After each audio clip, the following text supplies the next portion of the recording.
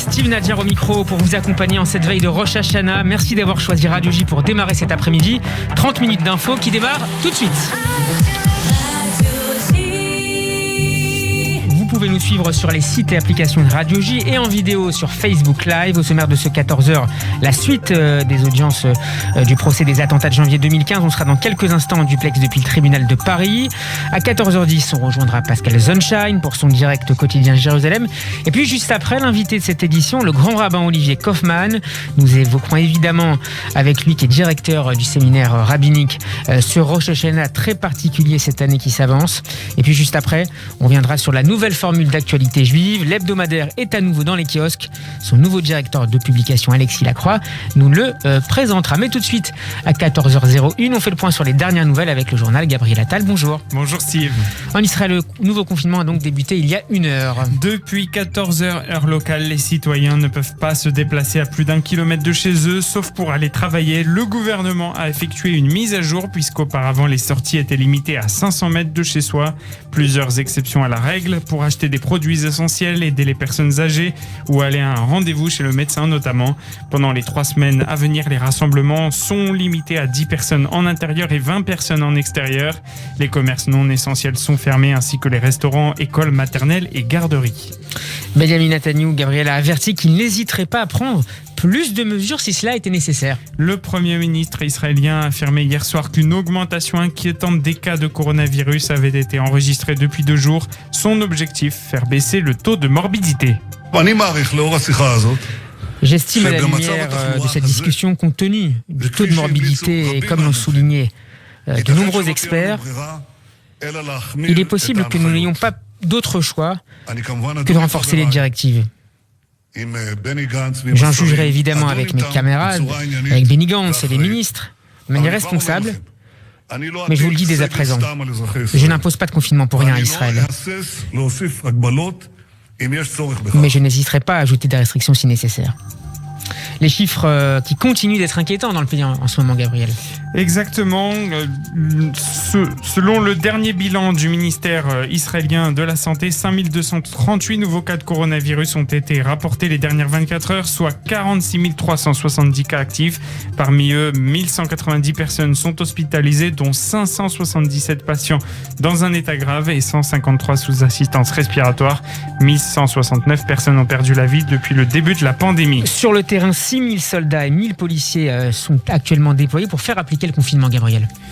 Les points de contrôle sont installés aux sorties des villes et dans les quartiers. Nous empêcherons surtout les rassemblements, a déclaré le chef du département des opérations, le surintendant adjoint Ishaï Shalem, qui s'est montré particulièrement ferme, menaçant d'infliger des amendes lorsque cela serait nécessaire. L'actualité diplomatique maintenant. Benjamin Netanyahou se dit optimiste quant à la reprise des négociations de paix avec les Palestiniens. L'autorité palestinienne reprendra les négociations avec Israël assez prochainement, estime le Premier ministre israélien. Lors d'une conversation à huis clos, le chef du gouvernement déclare que l'importance régionale des accords de paix récemment signés entre l'État hébreu, les Émirats et Bahreïn ne laissait aux Palestiniens d'autre choix que de revenir à la table des négociations. Le leader du Likoud précise que les pourparlers avec l'autorité palestinienne ne reprendraient qu'après l'élection présidentielle américaine du 3 novembre et uniquement si le président américain Donald Trump était réélu. Le chef de l'État entamerait alors des négociations sur la base du plan de paix de son administration, comme il avait promis de le faire. Et puis aux États-Unis, Gabriel, on laisse entendre que 5 pays pourraient bientôt rejoindre les Émirats arabes unis et le Bahreïn pour normaliser leurs relations avec Israël. C'est ce qu'a déclaré hier le chef de cabinet de la Maison-Blanche, Mark Meadows, devant des journalistes à bord du Air Force One qui transportait le président Donald Trump à un rassemblement dans le Wisconsin. Sans citer les pays concernés, le responsable a simplement affirmé que 3 d'entre eux faisaient partie de la région. On a déjà évoqué ces derniers jours le développement notamment des relations bilatérales et notamment touristiques entre ces nouveaux alliés. Aujourd'hui, on apprend que les bourses de diamants israéliennes et de Dubaï ont annoncé qu'elles avaient conclu un accord commercial. L'État hébreu, autrefois plus grand centre de vente de diamants au monde, reste un leader majeur dans le polissage de gros diamants et abrite un secteur de haute technologie en plein essor. Dubaï, un centre financier régional, accueille également un commerce de diamants émergent. L'industrie est passée d'un commerce d'exportation de 3,6 milliards de dollars en 2003 à $23 milliards en 2019. La bourse israélienne du diamant ouvrira un bureau à Dubaï, alors que le Dubai Multi-Commodities Center, une zone franche économique, s'installera à Ramat Gan en Israël, la base de la bourse israélienne. Et puis cette mise à l'index de Washington, le Hezbollah libanais aurait stocké du nitrate d'ammonium dans plusieurs pays européens. C'est ce qu'a affirmé hier un haut responsable du département d'État américain, Nathan Sales. Le coordinateur du département d'État pour la lutte contre le terrorisme a déclaré que des agents du groupe terroriste libanais ont transféré du nitrate d'ammonium de Belgique vers la France, la Grèce, l'Italie, l'Espagne et la Suisse ces dernières années et sont soupçonnés de toujours stocker le matériau dans toute l'Europe. Le responsable a aussi appelé les pays européens et du reste du monde à imposer des interdictions au Hezbollah. Le nitrate d'ammonium est le composant ayant servi à l'immense explosion survenue en août dernier au port de Beyrouth. Elle aurait fait au moins 190 morts et plus de 6500 blessés. 14h06 sur Radio J, l'actualité en France maintenant, 13e journée du procès des attentats de janvier 2015. On rejoint tout de suite en direct Michel Zerville qui suit pour nous les audiences au tribunal de Paris. Bonjour Michel. Bonjour Steve, bonjour à tous. La Cour examine depuis ce matin la tentative d'assassinat d'un jogger sur la coulée verte de Fontenay-aux-Roses. Nous étions le 7 janvier 2015 au soir, quelques heures après l'attaque de Charlie Hebdo.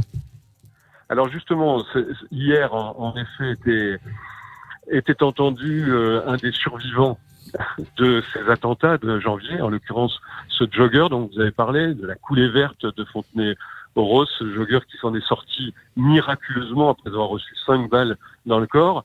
Et puis ce matin, c'était l'audition encore d'une victime oubliée dans ces affaires, une victime de Koulibaly, c'est ce jeune homme, un agent de la voirie municipale qui était aux côtés de la policière Clarissa Jean-Philippe, Laurent Janel, et qui a produit ce matin un témoignage tout à fait exceptionnel dans sa clarté, sa force. Il est l'homme, et on le sait très peu, qui s'est battu avec Koulibaly, justement pour empêcher qu'il ne tire encore sur à la fois les policiers et aille en fait commettre cet attentat. Car pour Laurent Janel, dans son témoignage, il est sûr que pour lui, connaissant extrêmement bien les lieux de Montrouge, en l'occurrence, et de la rue Brossolette et de la rue Gabriel-Péri, pour lui, il est clair et évident qu'il s'agissait d'une tentative d'attentat et de massacre sur la synagogue et l'école juive Yagel Yaakov de Montrouge. Témoignage qui a beaucoup saisi le prétoire tout à l'heure. Un homme qui a dit « Jamais je ne baisserai les yeux devant des types comme ça et je me battrai, je resterai debout », a-t-il déclaré. Michel, vous avez également de nouvelles informations sur l'audience prévue le jour de Yom Kippour, à savoir le lundi 28 septembre. Absolument, il y avait une polémique, donc vous le savez, puisque le calendrier a été établi il y a plus de 2 mois maintenant par le président du tribunal. Il devait y avoir un certain nombre d'auditions qui étaient celles des enquêteurs, mais en dernier recours, le président du tribunal voulait faire intervenir carrément des témoins ou des victimes de l'hypercachère. Finalement, il a, dans un communiqué, il l'annoncera d'ailleurs tout à l'heure devant la Cour, qu'il n'est pas question de faire intervenir des témoins, des victimes du massacre de l'hypercachère ce 28 septembre, puisque vous savez, le 28 septembre, c'est le jour du Yom Kippour, et une grande partie à la fois des victimes, mais aussi des avocats, ne seront pas présents à cette audience. Michel Zerville depuis le tribunal de Paris. Merci Michel, Shabbat Shalom et Shana Tova à vous. Shabbat Shalom, Shana Tova à tous. En France, sur le front du coronavirus, plus de 10 000 nouveaux cas, Gabriel, ont été signalés hier. C'est un nouveau record depuis le lancement des tests à grande échelle dans le pays, a annoncé hier Santé publique France. Depuis le début de la pandémie, au moins 31 095 décès liés à la Covid-19 ont été enregistrés dans le pays, dont 50 nouveaux ces dernières 24 heures. Il était très attendu hier. Olivier Véran a tenu en fin de journée une conférence de presse et a indiqué que le virus circulait toujours de manière active. Il a également prévenu que cette circulation active et rapide du virus chez les jeunes avait une conséquence directe sur les plus de 65 ans, les plus fragiles face à la Covid-19. Il appelle également les personnes âgées à se protéger encore davantage. Il faut réduire encore le nombre de personnes que vous voyez chaque jour. Au niveau local maintenant, de nouvelles restrictions ont été décidées à Nice notamment. Face à la hausse des cas dans sa ville, le maire de Nice, Christian Estrosi, a annoncé l'interdiction des rassemblements de plus de 10 personnes dans les parcs, jardins, ainsi que sur les plages. Le port du masque est également obligatoire dans certains lieux de loisirs fermés. J'ai demandé à monsieur le préfet des Alpes-Maritimes d'obliger, même dans le respect des règles de distanciation physique, de veiller à ce que les spectateurs portent le masque à l'intérieur des cinémas et des théâtres. Ce qui n'était pas forcément le cas, j'ai pu le relever notamment dans les cinémas. Le recours au télétravail, à chaque fois que cela est possible, chaque employeur doit montrer l'exemple. Et puis nous en parlions hier, des centaines de pèlerins juifs orthodoxes massés le long de la frontière biélorusse commencent à rentrer chez eux. Ils étaient venus dans l'espoir de pénétrer en Ukraine pour se rendre sur la tombe de Rabbi Nachman de Breslev à Ouman à l'occasion de Rosh Hashanah. Cela fait suite à la confirmation de Kiev de l'interdiction d'entrée, invoquant une forte augmentation des infections au coronavirus. Il y a environ 700 pèlerins devant le poste de contrôle ukrainien contre environ 1000 hier, a déclaré le porte-parole des gardes frontières ukrainiens, alors que le représentant du comité des frontières bélarussien a confirmé que les chiffres étaient en baisse. On termine cette édition avec une voix, écoutez. What are you doing there, 3PO? Taking one last look, sir, at my friends.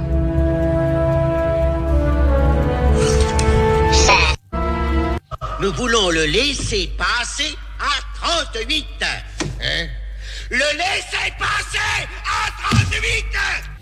Roger Carrel, l'une des grandes voix du cinéma, est décédé à l'âge de 93 ans. L'acteur légende du doublage francophone a prêté sa voix à de nombreux personnages comme Hercule Poirot, mais aussi des voix de dessins animés comme on a pu l'entendre, Astérix, C3PO dans Star Wars, le serpent K également dans le livre de la jungle ou encore Mickey. Merci Gabriel Attal. 14h12, l'heure de retrouver une dernière fois cette année Pascal Sunshine. Bonjour Pascal. Bonjour Steve. Le confinement national est donc entré en vigueur en Israël il y a 1 heure. Un confinement d'au moins 2 semaines. Comment ça se passe sur le terrain, Pascal ?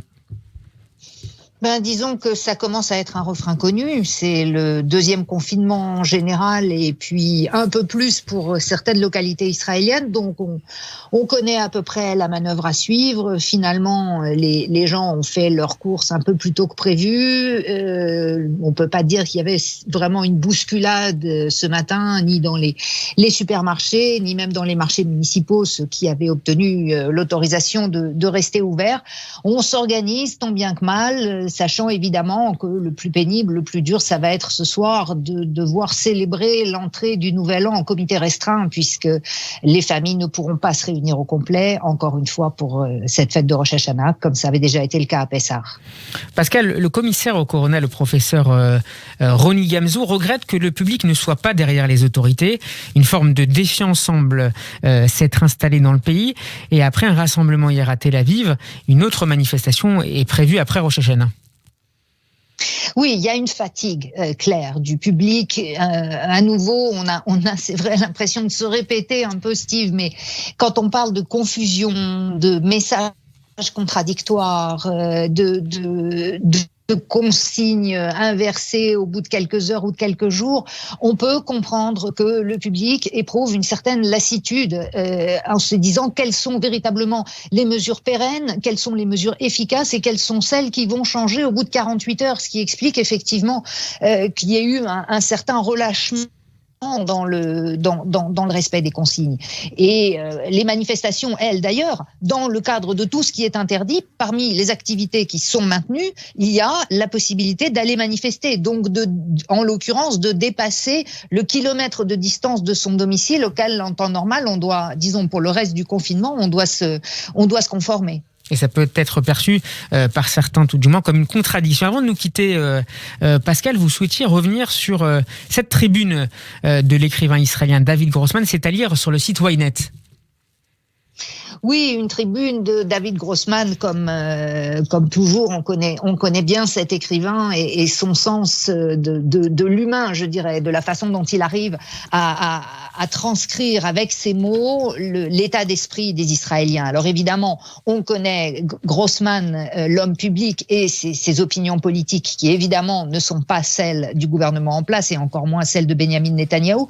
Mais il y a quelque chose dans ce qu'il décrit de cette lassitude de la société israélienne et aussi de cette omniprésence de Benyamin Netanyahou après la crise politique, après la coalition, après le corona, après le processus diplomatique et avant son procès au pénal qui doit s'ouvrir au mois de décembre. Il met en parallèle, David Grossman met en fait en parallèle cette espèce d'impression finalement que quel que soit le miroir que l'on prenne et quel que soit l'angle vers lequel on se tourne, le reflet qu'on voit, c'est le visage de Benyamin Netanyahou et qui a une espèce de sentiment d'enfermement ou d'étouffement de la population israélienne. C'est sa façon à lui de décrire cette situation, mais c'est vrai qu'il y a quelque chose d'une lassitude et d'une recherche d'espoir aujourd'hui des Israéliens qui doit venir d'une certaine manière, oui, à la fois d'eux-mêmes et peut-être aussi d'en haut, de leur classe dirigeante, quelque chose qui leur donne aujourd'hui, en cette veille de Nouvel An, une raison d'espérer dans l'année qui vient. Il y en a, mais il faut les entendre. Eh bien, espérons qu'ils la trouvent dans les mois, les semaines et les mois à venir. Merci beaucoup, Pascal Zonshine. Shana Tova à vous et à mardi prochain. Shana Tova à Steve et à tous les auditeurs et à l'équipe de Radio J. 14h16, on va marquer une pause, mais ne bougez pas, on se retrouve dans un instant pour la suite du journal en compagnie du grand rabbin Olivier Kaufmann, mais aussi un peu plus tard d'Alexis Lacroix, le nouveau directeur de la publication d'actualité juive qui revient dans les kiosques. Vous êtes bien sûr Radio J, à tout de suite. 14h18, merci de nous rejoindre pour cette deuxième partie du 14h de Radio J. Tout de suite, l'entretien de cette édition. Monsieur le grand rabbin Olivier Kaufmann, bonjour. Bonjour. Merci d'avoir accepté notre invitation. C'est un plaisir de vous écouter sur notre antenne cet après-midi. Vous êtes le directeur de l'école rabbinique de France et le rabbin de la belle synagogue Charles Liché sur la place des Vosges dans le 4e arrondissement de Paris. Monsieur le grand rabbin Kaufmann, la fête de Rosh Hashanah s'approche désormais à grands pas dans un contexte d'inquiétude marqué par la deuxième vague du coronavirus. Peut-on s'extraire le temps de 48 heures de cette pesanteur psychologique et sanitaire pour vivre pleinement cette fête? Et si oui, comment? S'extraire de l'ambiance anxiogène, oui. Mais s'extraire, je dirais, de la vigilance que nous devons avoir pour nous, nos proches, nos personnes âgées et toutes celles et ceux que nous croiserons dans nos synagogues ou ailleurs, non, surtout pas.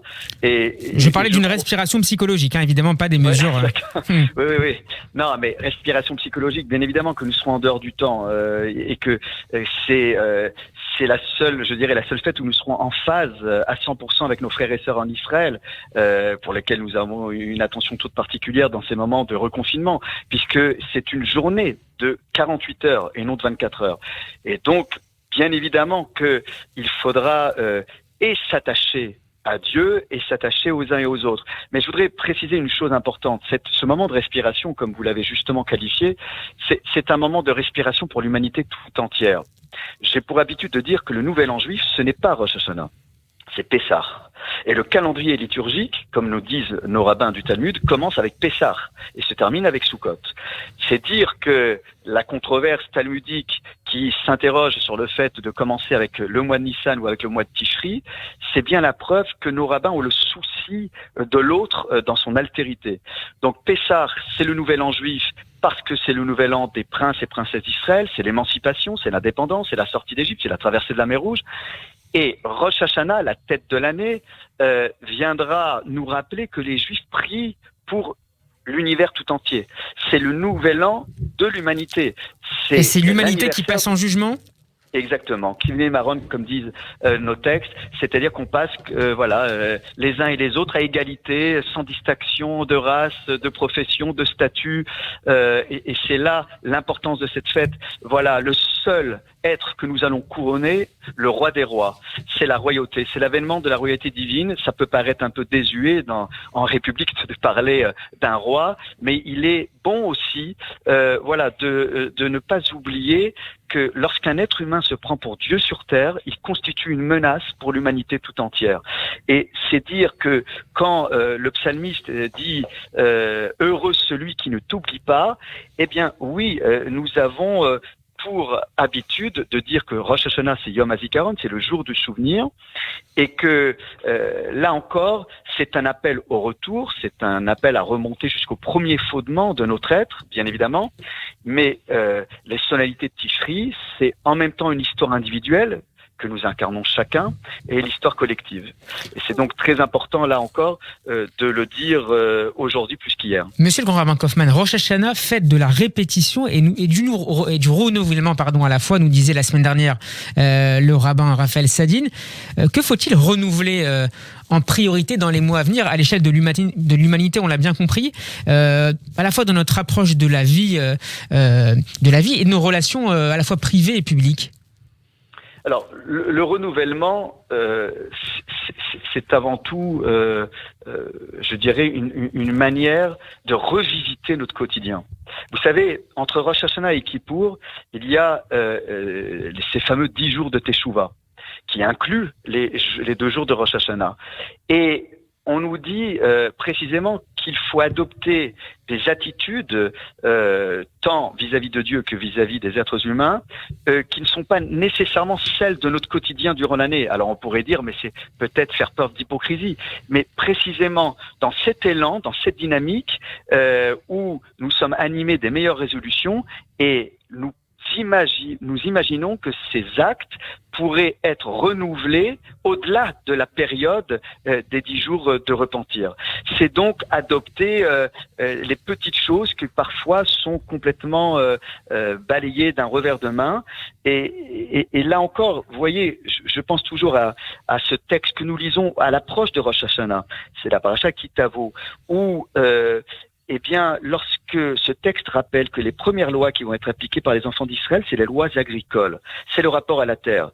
Et pourtant, nous ne sommes pas tous agriculteurs. Et je pense que pour nous, des citadins, il est bon aussi de renouveler notre regard sur l'environnement, sur les choses qui arrivent dans notre assiette. Et vous voyez, tels les agriculteurs qui venaient offrir leurs premiers fruits à Dieu au sein du temple de Jérusalem, bien évidemment qu'il n'y a plus de temple et qu'il n'y a plus d'agriculteurs qui pèlerinent là-bas. Donc c'est à la fois, si je vous comprends bien, et on doit malheureusement se quitter, revisiter notre quotidien, mais aussi revisiter notre rapport à la terre, au monde, à l'environnement. Alors permettez-moi de conclure en disant qu'en somme, ça serait une manière d'apporter les prémices de notre être afin de mieux comprendre nos origines. Vous voyez, et donc ce principe de bikurim, de prémices, à l'approche de la nouvelle année, c'est intéressant de méditer ces paroles afin justement d'aborder toutes les petites choses anodines de la vie que nous pourrions reconnaître comme des merveilles. Voilà. Merci beaucoup. C'est celui qui s'émerveille au quotidien. Merci beaucoup de cet éclairage, Monsieur le grand rabbin Olivier Kaufmann. Je rappelle que vous êtes le directeur de l'école rabbinique de France et le rabbin de la synagogue Charles Liché. Shana Tova à vous et à très bientôt. Shana Tova et surtout un appel à la vigilance. Un appel à la vigilance. Voilà. Merci beaucoup. Ouais. C'est important de le rappeler. On retrouve maintenant Alexis Lacroix. Bonjour Alexis. Bonjour Steve. Vous êtes directeur des rédactions de Radio J et de Judaïque FM, mais aussi désormais le nouveau directeur de la publication et de la rédaction d'Actualité Juive. Merci d'avoir accepté, si j'ose dire, notre invitation dans ce 14h. Merci à vous, j'ai pas eu à me déplacer beaucoup. Actu J revient dans les kiosques. C'est l'un des événements de cette rentrée médiatique et communautaire, Alexis. Oui, enfin tout au moins nous l'espérons. C'est vrai que c'est un journal auquel beaucoup de personnes sont attachées parmi nos compatriotes juifs, mais même au-delà. Et sa republication, sous l'impulsion de Marc Eisenberg, constitue sans doute pour beaucoup une bonne surprise. Alors Alexis, c'est une nouvelle formule que vous proposez aux lecteurs et lectrices d'Actualité Juive. Quels en seront les grands axes ? Les grands axes, en fait, ils sont ceux qui avaient été développés historiquement par son fondateur Serge Benatar, un journal au plus près des communautés dans leur diversité régionale, un journal pour lequel le lien avec Israël n'est pas négociable, il est indéfectible, c'est un lien charnel et vital, une proximité d'âme qui va nous guider chaque semaine. Et par ailleurs, bien sûr, aussi un journal qui fait une place très importante à la pratique religieuse, dans la diversité des sensibilités qui existent dans le judaïsme français, depuis, bien sûr, les mouvements proches de Chabad, du Rav Adin Steinsaltz, auquel nous rendons un vibrant hommage dans ce numéro avec Michel Allouche, jusqu'au judaïsme libéral, contemporain, dans ses différentes expressions. Donc l'actualité israélienne, internationale, communautaire sera évidemment suivie de près chaque semaine dans les colonnes d'actualité juive. Il en sera également de même pour l'actualité politique française. Oui, il en sera de même pour l'actualité politique française, parce que nous sommes un journal français, le lien avec Israël n'est pas négociable, mais c'est vrai que nos lecteurs veulent aussi avoir des infos fraîches sur la scène française, une scène dont on peut dire qu'aussi beaucoup de sujets dépendent. Il y a une lutte contre l'antisémitisme, il faut que chaque semaine, en quelque sorte, on donne des éléments de checking à nos lecteurs sur la manière dont ce gouvernement actuel, demain d'autres gouvernements s'y prendront pour faire reculer cette lèpre de l'esprit qui prend malheureusement une place dans la société française absolument terrible. Et donc on aura l'occasion d'interroger, de challenger un certain nombre de responsables politiques qui sont aux commandes aujourd'hui ou qui l'ont été sur ces sujets si importants. Il y a aussi un négationnisme en ligne qui prend des proportions absolument terribles, et on compte bien aussi sur de grandes personnalités comme Serge Klarsfeld, qui est très proche du journal, pour nous aider justement à tenir nos lecteurs informés de ces luttes si essentielles pour le maintien, pour la sauvegarde de la République, à laquelle, on le sait, les Juifs sont très attachés depuis la Troisième République. Quels sont ou seront les nouveaux contributeurs à ce journal? On peut dévoiler, c'est vrai, un certain nombre de noms de personnes qui vont nous rejoindre pour des exercices récurrents. Alain Finkielkraut tiendra une sorte de bloc-notes régulier, en lien d'ailleurs aussi avec des prises de position qu'il peut développer ici ou là dans d'autres médias audiovisuels. Nous aurons la chance effectivement de voir nous rejoindre des personnalités qui comptent beaucoup dans la communauté. La philosophe Liat Abekassis en fait partie. Il y aura des contributions régulières aussi d'intellectuels proches de la communauté qui n'ont jamais ménagé leur soutien à Israël, comme Bernard-Henri Lévy, Jacques Attali, bien sûr. Alexandre Adler tiendra une chronique de géopolitique hebdomadaire, dans le prolongement de l'émission que vous faites avec lui, d'ailleurs, sur Radio J. Et puis, des grands noms de la scène intellectuelle française. Oui, et puis il y aura aussi des Israéliens, vous voyez, qu'on va faire connaître, qui pour certains sont d'ailleurs de jeunes artistes ou intellectuels israéliens. Nadia Elist va nous rejoindre aussi. Voilà, on aura l'occasion de vous tenir au courant, disons, de toutes ces arrivées successives. Et puis, on évoque aussi, bien sûr, le développement des pages politiques, avec des journalistes politiques de premier plan sur la scène française qui vont nous rejoindre. Il sera temps de dévoiler leurs noms, voilà, quand ils seront là. Alors c'est un très beau numéro que vous nous proposez cette semaine avec cette nouvelle formule. Je le montre à la caméra. Donc le numéro est consacre sa une aux fameux grands entretiens annuels d'actualité juive avec le grand rabbin de France, Chaim Korsia. Et puis un supplément, comme il est d'usage à Rosh Hashanah dans les colonnes d'actualité juive, avec un magnifique hommage rendu au rabbin Adin Even Israel Steinsaltz qui est décédé il y a maintenant un peu plus d'un mois. Alors vous le dites mieux que moi je vais dire le Rav Steinsaltz, ça sera plus simple à dire que l'enchaînement de ces prénoms. C'est vrai que le Rav Steinsaltz, c'est une sommité de notre époque dont, j'allais dire, le renom excède les limites du judaïsme. Mais dans le cadre du judaïsme, puisque nous sommes d'abord un journal juif et français, nous voulions lui rendre l'hommage qu'il mérite. C'est le commentateur et le traducteur du Talmud qui a rendu accessible à tous et à toutes, à tous les juifs du monde, les lumières de la Torah en hébreu, comme d'ailleurs en français. Le lien personnel qu'entretenait le Rav Steinsaltz avec la France était indéfectible, pour le coup, puisqu'il a épousé une des filles Asimov. Les Asimov, c'est le cœur du Marais, c'est un judaïsme Chabad très traditionnel, qui a toute sa place naturellement dans notre journal. Et c'est vrai qu'aujourd'hui, on pleure le Rav Steinsaltz bien au-delà des frontières d'Israël. On pleure le Rav Steinsaltz quand on est attaché à un judaïsme de culture et de réflexion qui est le sel de la terre, en quelque sorte, pour la survie même du peuple juif et de la spiritualité qu'il a créée. Ruez-vous sur ce nouveau numéro ce premier numéro, nouvelle formule d'actualité juive à retrouver dans tous les kiosques et les bonnes épiceries ou au commerce de proximité. On vous y retrouve aussi d'ailleurs, hein, Steve. Absolument, c'est gentil de le signaler. Dans des analyses diplo, et vous aurez l'occasion d'ailleurs de revenir souvent dans les pages monde de ce journal. C'est gentil. Merci beaucoup Alexis Lacroix, le nouveau directeur de la publication et de la rédaction d'Actualité Juive. Shana Tova, Alexis. Shana Tova, vous aussi, Steve.